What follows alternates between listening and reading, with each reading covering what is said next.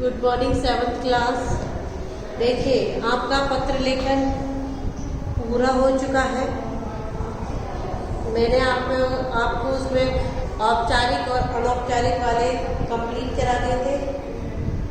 ठीक है, अब हम उसको पीछा छोड़ के अब फर्स्ट पेज पे आ जाते हैं, यानी शुरू से अब अपनी बुक को पढ़ेंगे।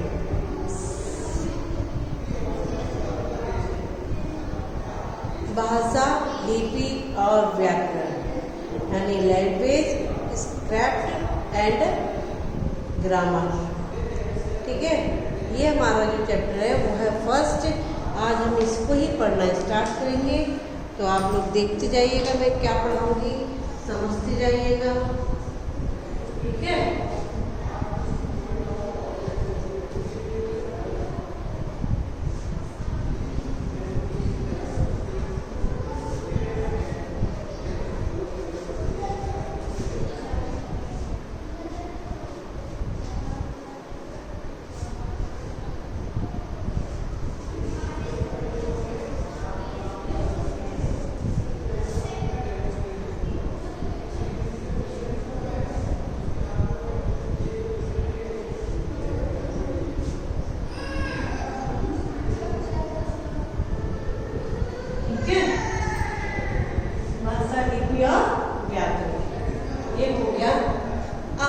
करेंगे, पढ़ेंगे और आप लोग उसको ध्यान से सुनेंगे।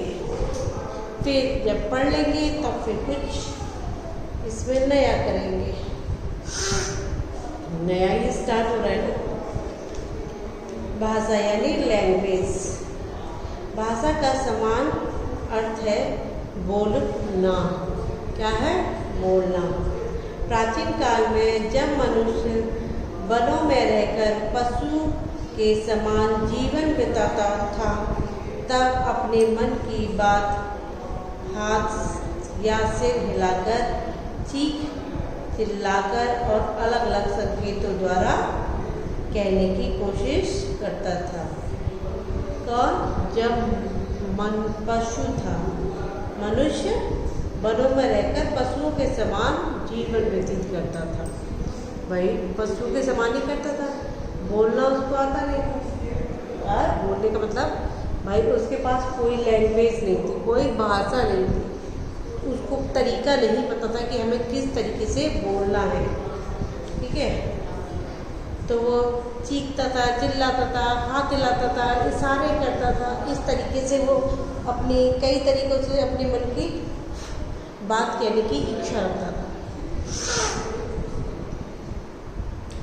कालांतर में जब मनुष्य समूह में रहने लगा तो उसे अपनी बात कहने के लिए एक ऐसे माध्यम की जरूरत महसूस हुई जिसे वह अपने मन की बात स्पष्ट व व्यवस्थित रूप से दूसरों तक पहुंचा सके। अतः मानव ने कुछ निश्चित ध्वनियाँ संकेतों की सहायता लेनी आरंभ की। क्या किया? मानव के कुछ निश्चित ध्वनि और संकेतों को लेना शुरू कर दिया। ठीक है,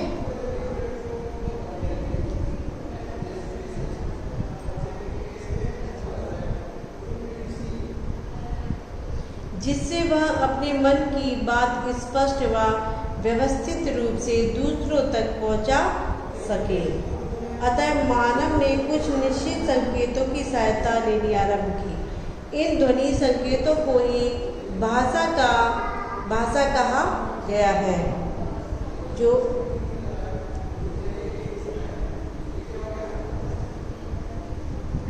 भाषा मनुष्य के विचारों और भावों के आदान प्रदान का साधन है।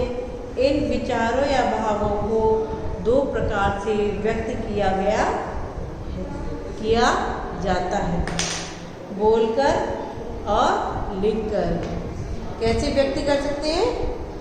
बोलकर और लिखकर हम अपनी भाषा,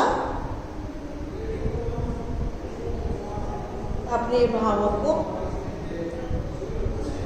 व्यक्त कर सकते हैं। इसी प्रकार दूसरों की बात समझने के लिए भी दो तरीके हैं। कौन कौन से हैं? सुनना और पढ़ना। कैसे कैसे? सुनना और पढ़ना।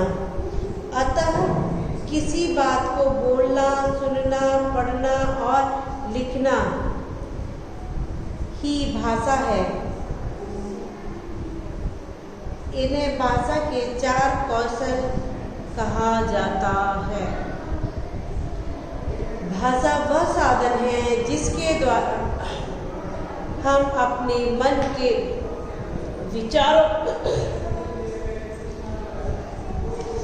विचारों या विचार बोलकर या लिखकर दूसरों तक पहुंचाते हैं और दूसरों के विचारों को सुनकर या पढ़कर समझते हैं। भाषा के भेद। भाषा के तीन भेद होते हैं। कौन कौन से? मौखिक भाषा, लिखित भाषा और सांकेतिक भाषा। मौखिक भाषा अपने मन के विचारों और भावों को मौखिक रूप से प्रकट करने का साधन मौखिक भाषा है कहलाती है। लिखित भाषा अपने मन के विचारों और भावों को लिखित रूप में प्रकट करने का साधन लिखित भाषा है, भाषा कहलाती है। अपने मन के विचारों और भावों को संकेत अपने मन के विचारों और भावों को सांकेत रूप में प्रकट करने का साधन सांकेतिक भाषा कहलाती है। ठीक है। भाषा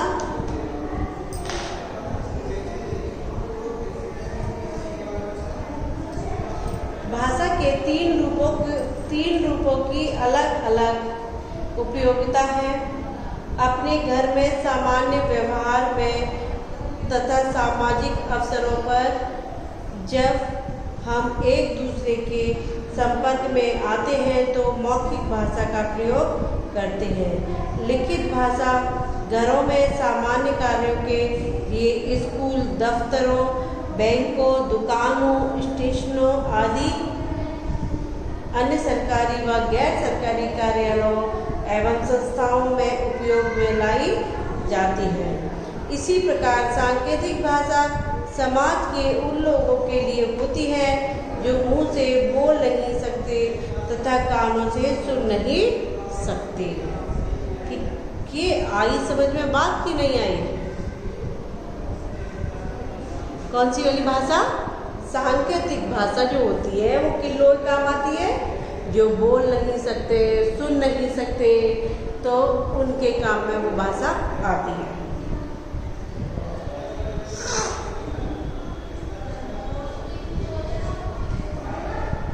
विभिन्न भाषाएं यानी डिफरेंट लैंग्वेज। देखिए कौन कौन सी है? मातृभाषा। मातृभाषा का अर्थ होता है माँ की भाषा। विद्यालय जाने से पहले बालक अपने माता पिता व परिवार के अन्य सदस्यों से जिस भाषा को सीखता है उसे मातृभाषा कहते हैं। ओके।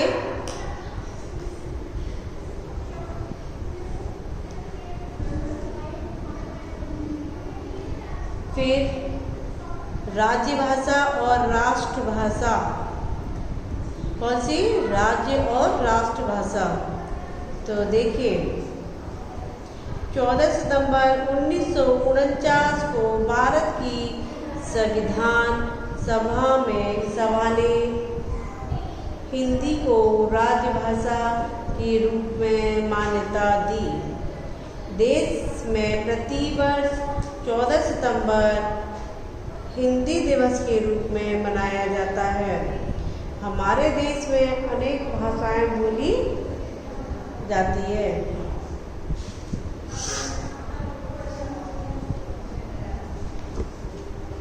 कौन कौन सी भाषाएं बोली जाती है? ध्यान से सुनिएगा। वर्तमान में भारतीय संविधान की 8वीं सूची में 22 भाषाओं को मान्यता प्रदान की गई है। कितनी की? 22 भाषाओं को मान्यता प्रदान की गई है। ये भाषाएं निम्नवत है: हिंदी, पंजाबी, गुजराती, मराठी, बांग्ला, तमिल, तेलुगु, कन्नड़ा, मलयालम, नेपाली, कोंकणी, मणिपुरी, असमिया, उड़िया, सिंधी, उर्दू, संस्कृत, कश्मीरी, संथाली, मैथिली आदि। ये जो मैंने अभी आपको लैंग्वेज बोली कितनी थी? 22 यानी 22 लैंग्वेज मैंने आपको बोली, जो कि हमारे संविधान की 8वीं सूची है।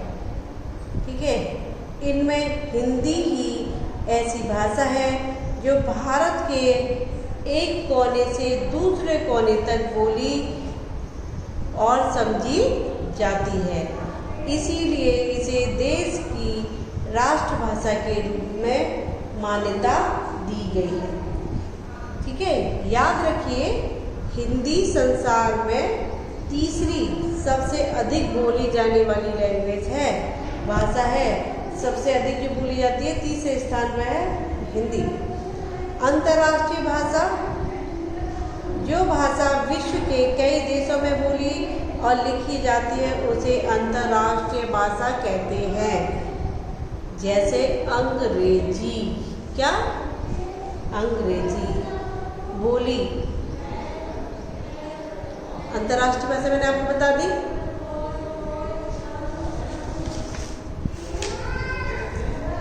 मातृभाषा और राष्ट्रभाषा, मातृभाषा भी बताई मैंने आपको, राजभाषा व राष्ट्रभाषा ही बताई, अंतर्राष्ट्रीय भाषा भी मैंने आपको बताई।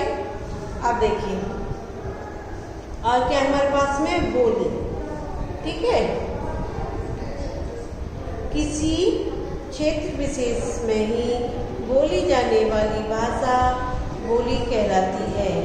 उदाहरण के लिए पश्चिम उत्तर प्रदेश में खड़ी बोली, हरियाणा में हरियाणवी, राजस्थान में राजस्थानी बोली जाती है। बोली अधिकांश आपसी बातचीत के काम आती है। पर्याय बोली का लिखित रूप नहीं मिलता और ना ही इसे भाषा का मानक रूप माना जाता है। इसीलिए बोली में किसी साहित्य की रचना नहीं की जा सकती। राइट? भाषा के क्षेत्रीय रूप को बोली कहते हैं। क्या कहते हैं? भाषा के क्षेत्रीय रूप को बोली कहते हैं। फिर देखिए स्क्रिप्ट, लिपि। भाषा को लिखने और बोलने के लिए मनुष्य ध्वनियों का सहारा लेता है। इन ध्वनियों के लिए प्रत्येक भाषा में कुछ चिन्ह निश्चित किए गए हैं, जिसे उस भाषा की लिपि कहते हैं। कुछ भाषा के अलग अलग होने पर भी उनकी लिपि एक हो सकती है, जैसे हिंदी, संस्कृत और मराठी। इन तीनों भाषाओं की एक ही लिपि देवनागरी है। ठीक है, भाषा के लिखित रूप को लिपि कहते हैं। क्लियर? इसको क्लियर ही कर देते हैं। फिर क्या?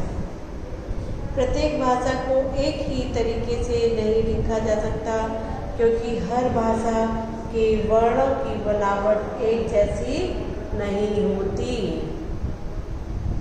इसलिए अलग अलग भाषा को अलग अलग लिपियों में लिखा जाता है। कुछ लिपियाँ बाईं से दाईं ओर को लिखी जाती हैं, जैसे हिंदी, संस्कृत, मराठी, और कुछ लिपियाँ दाईं से बाईं ओर को लिखी जाती है, जैसे कि अरबी और उर्दू।